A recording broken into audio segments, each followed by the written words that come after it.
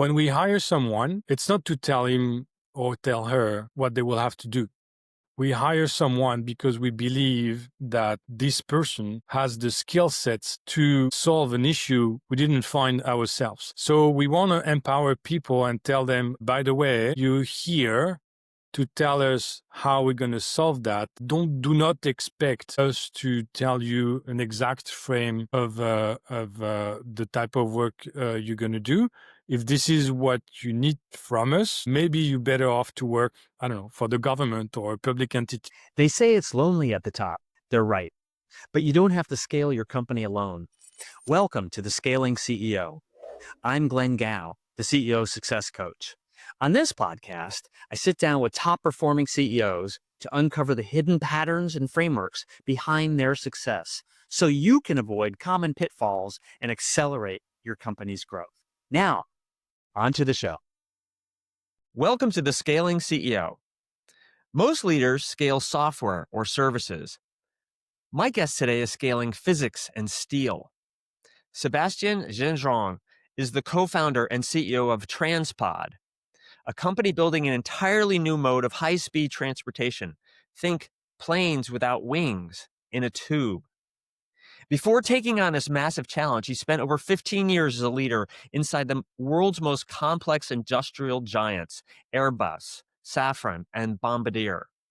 He's a Lean Six Sigma black belt who went from optimizing the assembly line of the A380 super jumbo jet to designing an entirely new way for us to travel. He's an industrial architect, applying intense operational discipline to a world-changing vision. Sebastien, welcome to the show. Thank you. Thanks for having me. You come from a world of process, precision, and massive infrastructure at Airbus and Bombardier. Now you're a startup founder. What was the single biggest piece of corporate operational wisdom you had to unlearn to effectively begin scaling a company from zero? I think, so there's a few things. And it took me a few years to kind of figure the right topic and the right way to do it. While the good news about working, maybe let's start from the beginning.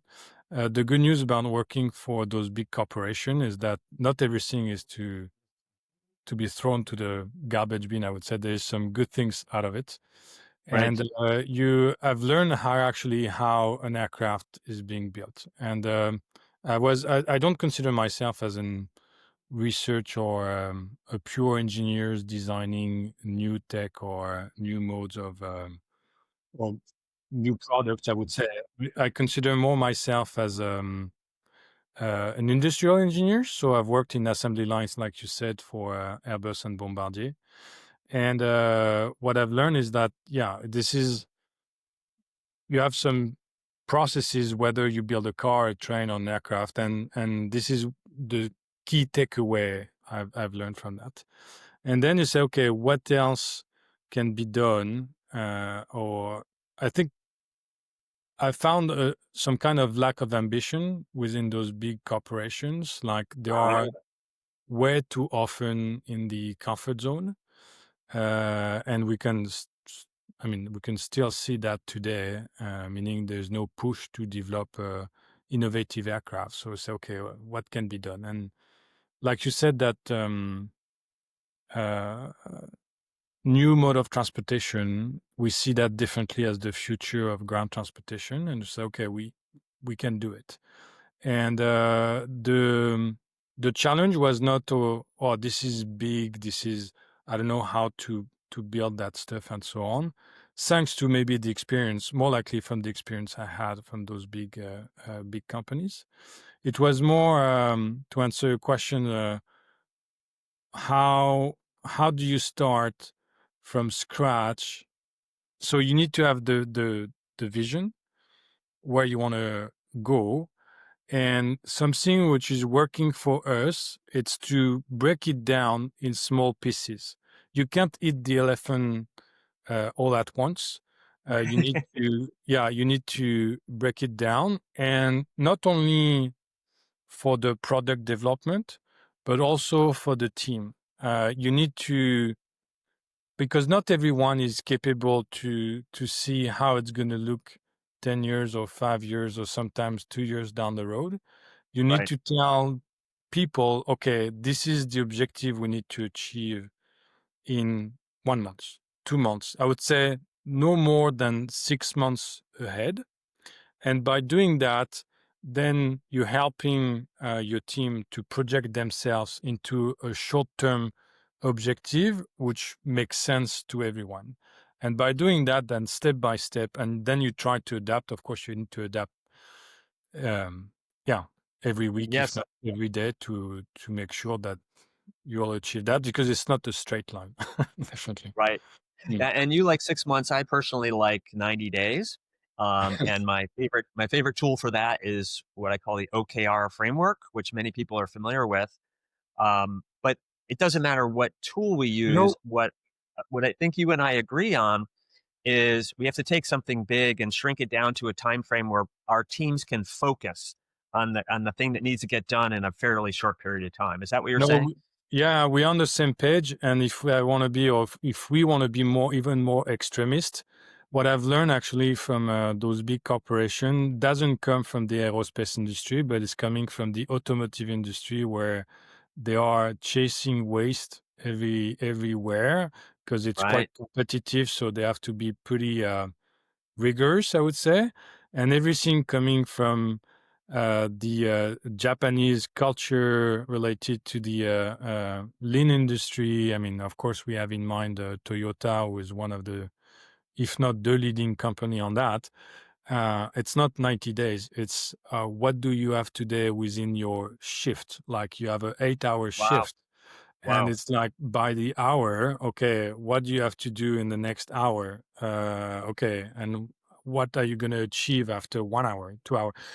Some people may say that it's mainly related to the manufacturing world, but I have to say that not really. You can actually, maybe within the hour, but within a week or at the day level, it's meaningful. Because if you, even on the when you're dealing with research and development teams, if you're waiting for the Friday to know that the team has been facing or dealing with an issue, they could have, I would say, tell you on Monday, you've lost a week.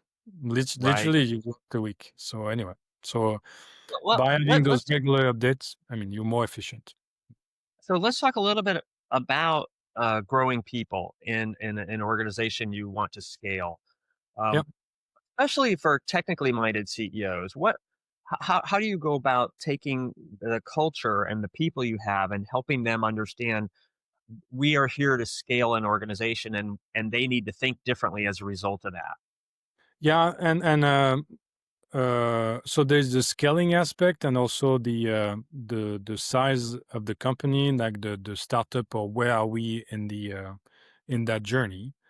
And Right. something I've so we spent quite some time to discuss and define how, even if it's difficult to define a culture, or to kind of, okay, this is the recipe for the culture you want to have. No, it doesn't work like that. This is kind of something you're building pretty much every day.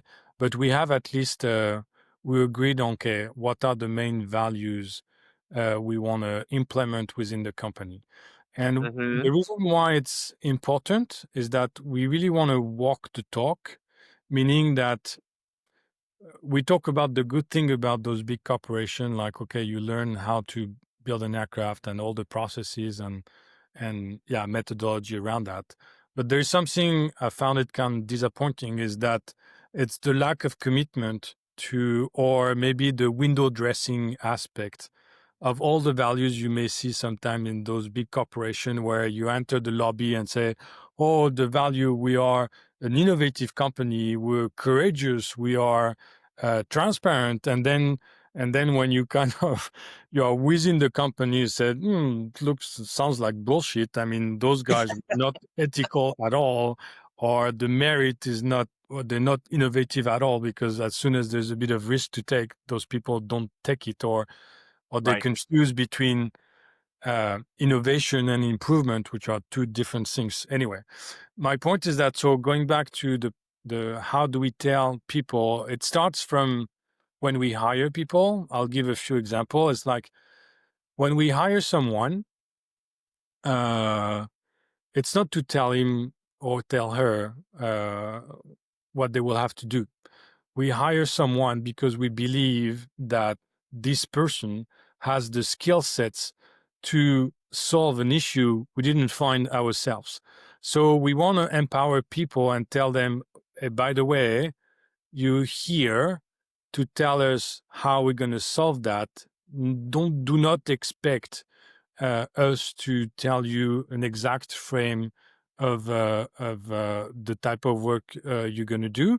If this is what you need from us, maybe you're better off to work, I don't know, for the government or a public entity where it's quite not strict, but clear and repetitive, and there's no initiative to be taken and so on. This is not what we want. So it starts from that, just to make sure that people fully understand that, and also understand that, especially at the beginning, that we don't have all the answers. The level of uncertainty is probably higher than in other corporations.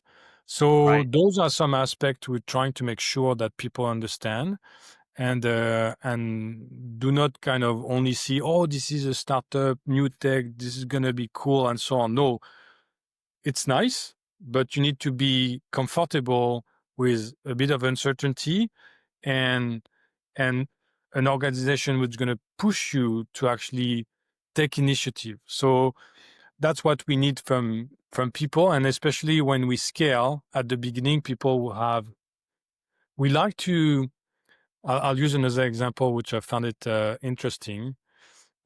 We hired someone who had expertise in web development. He was dealing with our website and all the IT stuff and so on. And we were looking for people with expertise related to intellectual property, like patents, and as well as being able to draft or to work on trademarks and so on. And this person ended up kind of, okay, yeah, I did that on the previous jobs and I could help on that. So it's kind of to be able to pull the know-how, not only specific to the job we are hiring someone, but also like having a broader scope and take advantage of everyone's kind of expertise in as many Right. domains as we can. Hmm. Right. And I want to go back to the comments you were making about culture and how it's not enough to put it up on a poster in the lobby. One of my CEOs taught me something. He said, culture exists in language.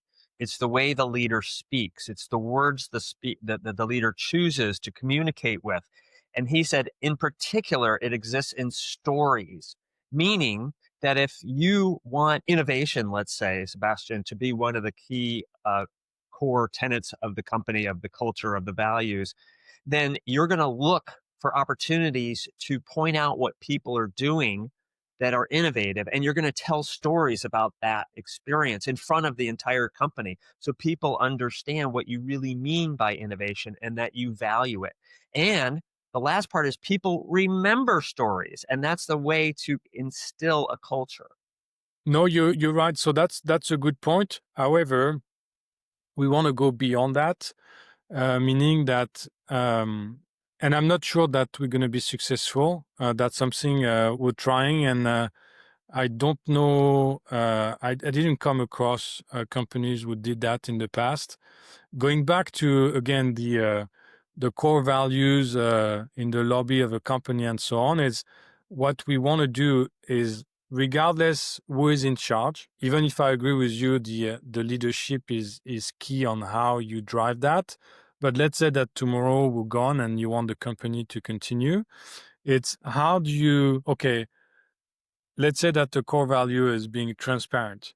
What does it mean in daily processes? How do you kind of enforce or put some kind of uh, rules, maybe too strong as a word, but some Rules of uh, thumb.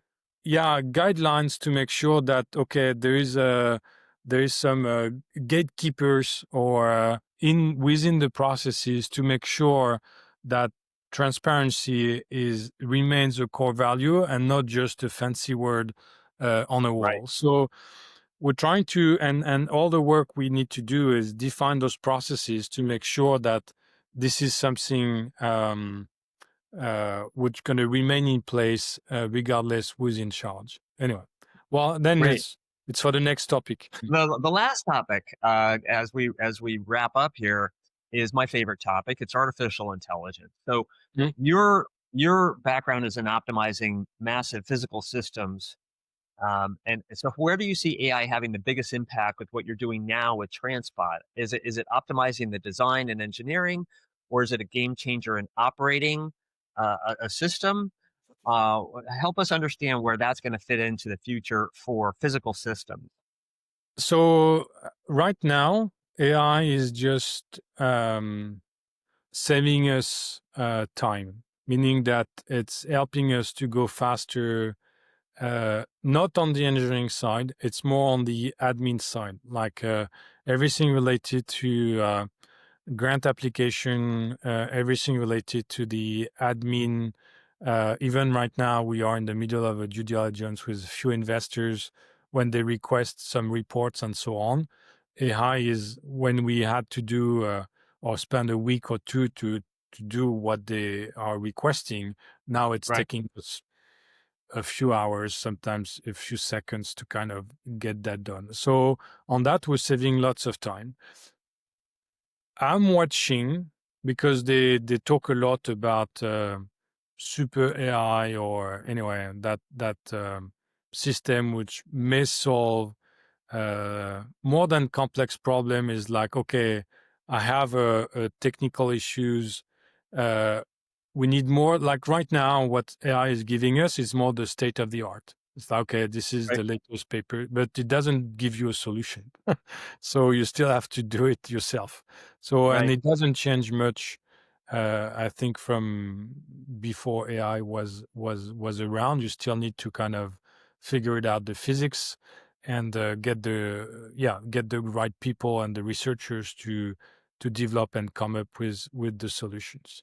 And then AI may optimize it or may see okay, there's here and there some mistakes, but the main concept or the main solution, we still have to do it. We're watching closely how, for example, just to talk about it, OpenAI and maybe the others are evolving, but we don't foresee that yet. But it's gonna be, if it's coming out at some point, it's gonna be interesting. I don't know. Maybe you have some insight on that. If you believe that we're gonna see that super intelligence AI soon or not. Some people are saying yes, some not. Some anyway. I'm not going to say that AGI or Yeah, ASI idea. Yeah. is around the corner, but what I do believe is that and I encourage this with every CEO I work with, that every single tool that we operate with that has some software embedded in it is using AI. Some are using it extremely well, others are just barely putting it in. But we as practitioners need to take advantage of the AI tools that every software vendor is giving to us. We're gonna let them be the experts in improving the capability of the AI. And what I encourage every CEO to do is have everyone on the team become familiar with the tools that are available to them to get their job done better. Like your point Yeah. about getting due diligence done faster. We could design things faster. We can anticipate problems better. So I really believe being on top of the latest changes is going to enable you to grow and scale faster. Yeah. The only I don't know if it's a recommendation, but observation I've made is that the way it works right now, it's really kind of a I use that expression. It's garbage in, garbage out. so Sure, sure, sure, sure. so I found the current tools pretty efficient when you kind of draft the initial work. You need to spend a bit of time to kind of be specific in your type of prompt you're using and the type of work you want to do. Okay, this is Absolutely. the, so using it as an expert in what you do is saving you lots of time. If you're using it like, okay, this is a complete new field and I'm going to ask the I think you have a good baseline, but I would be really careful about the outcome. If it's just to have a sense of the result, that's fine. If you want to use it, take it for granted. I would say be careful. Yeah. You're absolutely right. You need a human in the loop whenever you're making any decision that's important. You cannot trust what you get as a result, but there are ways to work around that. And my favorite way to work around that is you use multiple LLMs, and if you can get them to reach a consensus, the odds of success go way up. So, Sebastian, I'm sorry, but we're out of time. No Please tell worries. the list how they can reach you. I'm using LinkedIn pretty easily, so that's probably yeah. I think this is the how you contacted me. So Yes. yeah, that's the best way so far. Mm. Okay. Fantastic. Thank you so much for joining me today. You're welcome. Thanks a lot. And if you need anything else, let me know, please.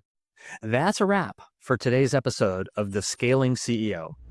If you found this valuable, be sure to like, subscribe, and share with a fellow CEO who could benefit. If you're listening on Apple or Spotify, please give us a quick rating as it really helps more people find the show. I'm Glenn Gao, the CEO Success Coach. See you next time for more proven strategies to grow your business and leadership.